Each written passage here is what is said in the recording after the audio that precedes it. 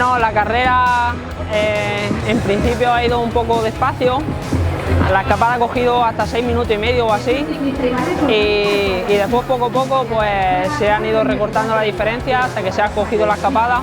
Y en la última subida el colombiano de Lizarte ha arrancado muy fuerte, ha abierto unos metros, se lo he logrado mantener y a falta de 1,5 kilómetros o así he conseguido alcanzarlo. Y bueno, coronando he abierto unos pequeños metros que en la bajada pues he abierto una poquita más diferencia y hasta meta. ¿Sabes qué significa? Que el año que viene puede ser seguramente profesional. Bueno, creo que por una carrera no se decide todo y es muy difícil pasar al campo profesional y bueno, pues se intentará.